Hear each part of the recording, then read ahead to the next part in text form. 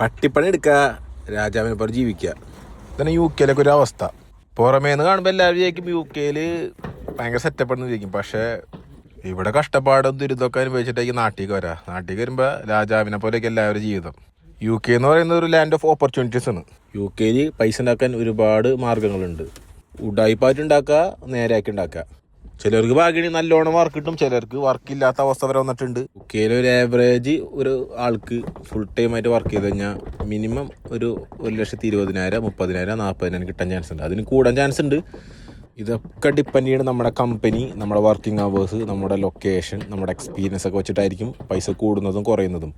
ചിലർക്ക് full time ആയിട്ട് ജോലി കിട്ടും, പക്ഷേ വർക്കിംഗ് അവേഴ്സ് വളരെ കുറവായിരിക്കും. ചിലപ്പോൾ 5 മണിക്കൂറിനുള്ള പെർ ഡേ, ചിലർക്ക് 7 മണിക്കൂർ, ചിലർക്ക് ഒന്നും കിട്ടില്ല. ഇതെല്ലാം ഒരു ഭാഗ്യം പോലെ ഇരിക്കും വർക്ക് കിട്ടുന്നത്. വെയർ ഹൗസിലൊക്കെ കയറി കഴിഞ്ഞാൽ വീക്കെൻഡ്സ് ഒക്കെ പണിയെടുത്തിട്ടുണ്ടെങ്കിൽ 20 പൗണ്ട് 22 പൗണ്ടൊക്കെ ഓവർ ടൈം കിട്ടാൻ ചാൻസ് ഉണ്ട്. ഞാനിപ്പോൾ വന്നേക്കണ എൻ്റെ ഒരു ഫ്രണ്ട് ഉണ്ട്, ആളൊരു ഹെൽപ്പിന് വിളിച്ചാണ് എൻ്റെ അടുത്ത്. അപ്പം ഞാൻ ജസ്റ്റ് ഹെൽപ്പ് ചെയ്യാമെന്ന് പറഞ്ഞു. കാരണം നാട്ടിൽ എനിക്ക് ഒരുപാട് ഉപകാരങ്ങൾ ചെയ്തിരുന്ന ആളാണ്. അപ്പം എൻ്റെ അടുത്ത് പറഞ്ഞാൽ കുറച്ച് ടേബിൾ ഉണ്ട്, അത് പൊക്കി കയറ്റാൻ പറഞ്ഞിട്ട് വന്നതാണ്. അവിടെ വന്ന സമയത്ത് ഒരു 12 ടേബിൾ ഉണ്ടായിരുന്നു. ഇവിടെ ടേബിളൊക്കെ പകുതി പൊക്കി കയറ്റിയപ്പോൾ ടയേർഡായപ്പോൾ സ്നാക്സ് വെച്ചാൽ വീഡിയോ ഇപ്പം കണ്ട്. യു കെയിൽ കഷ്ടപ്പെടുന്ന ഒരുപാട് മലയാളി ആൾക്കാരുണ്ട് കേട്ടോ. ഞാൻ നിൽക്കുന്ന വീട്ടിലൊക്കെ ചിലർക്കും ഇപ്പോഴും മര്യാദക്ക് ജോലിയും കൂടെ ആയിട്ടില്ല, പ്രോപ്പറായിട്ട് ഫുൾ ടൈം ആയിട്ട് പോലും വർക്ക് കിട്ടാത്ത ഒരു സാഹചര്യമാണ് ഇപ്പോഴും. ഇവിടെ കൂടുതൽ ആൾക്കാർ എനിക്ക് തോന്നുന്നു പണിയെടുക്കുന്നത് വെയർ ഹൗസിലും കെയർ ഹോമിലാണ്. കെയർ ഹോമിലൊക്കെ പണിയെടുക്കണമെന്നുണ്ടെങ്കിൽ മിനിമം പേയ്മെൻറ്റ് അവിടുത്തെ 12 പൗണ്ട് അല്ലെങ്കിൽ 11 പൗണ്ടൊക്കെയാണ് മിനിമം സാലറി. നേരെ തിരിച്ച് വെയർ ഹൗസിലൊക്കെ വരുന്നുണ്ടെങ്കിൽ ചിലപ്പോൾ 14 പൗണ്ട്, 14 പൗണ്ട് അല്ലെങ്കിൽ 15 പൗണ്ടൊക്കെ ഉണ്ടാവും. കാരണം വെയർ ഹൗസിൽ ജോലി ഭാരം കൂടുതലായിരിക്കും. വെയർ ഹൗസിലൊക്കെ പണിയെടുക്കുന്നുണ്ടെങ്കിൽ ഇത്തിരി കൂടെ കംഫർട്ടബിൾ ആയിരിക്കും. കാരണം പൈസ കിട്ടും. നമുക്ക് ഓവർ ടൈം ഒക്കെ എടുത്ത് കഴിഞ്ഞാൽ നമുക്ക് അത്യാവശ്യം കൂടുതൽ പൈസ കിട്ടും. വർക്കിംഗ് അവേഴ്സ് കിട്ടുന്നുണ്ടെങ്കിൽ ചില കമ്പനീസൊക്കെ 10 hours കൊടുക്കും പെർ ഡേ. അപ്പോൾ നമ്മൾ സ്റ്റുഡൻ്റൊക്കെ ആയിട്ട് ഈ രാജ്യത്തോട്ട് വന്നിട്ട് സ്റ്റുഡൻറ്റ് പീരീഡ് കഴിഞ്ഞ ശേഷം ഒരു വെയർ ഹൗസിലോ അല്ലെങ്കിൽ ഒരു കെയർ റൂമിൽ കയറി കഴിഞ്ഞാൽ നമുക്ക് അത്യാവശ്യം പൈസ ഏൺ ചെയ്യാൻ പറ്റും. വർക്ക് ചെയ്യാനുള്ള വില്ലിംഗ് പവർ ഉണ്ടായിരിക്കണം, അതാണ് ഫസ്റ്റ് ഇമ്പോർട്ടൻറ്റ് കാര്യം. ഇപ്പോൾ ഈ കഴിഞ്ഞ ടേബിളാണ് ഏറ്റവും കൂടുതൽ വെയിറ്റ് ഉണ്ടായിരുന്നത്. കാണുന്ന പോലെ അല്ല, അത് ഫുള്ള് ഇരുമ്പാണ്, നല്ല വെയിറ്റ് ഉണ്ടായിരുന്നത്.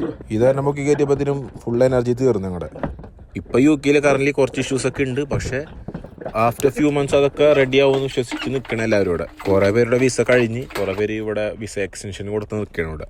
പിന്നെ ഇവിടെ ഏറ്റവും എളുപ്പത്തിൽ കിട്ടാൻ പറ്റിയൊരു വിസ കെയർ ഹോം വിസയാണ്. നമ്മൊരു കെയർ ഹോമിൽ ഇപ്പോൾ കറൻറ്റ്ലി ഒരു 3 months നമ്മൾ കണ്ടിന്യൂസ് ആയിട്ട് വർക്ക് ചെയ്തിട്ടുണ്ടെങ്കിൽ ആ കെയർ ഹോമിന് സ്പോൺസർഷിപ്പ് ഉണ്ടെന്നുണ്ടെങ്കിൽ അവർക്ക് നമ്മളെ സ്പോൺസർ ചെയ്യാൻ പറ്റും.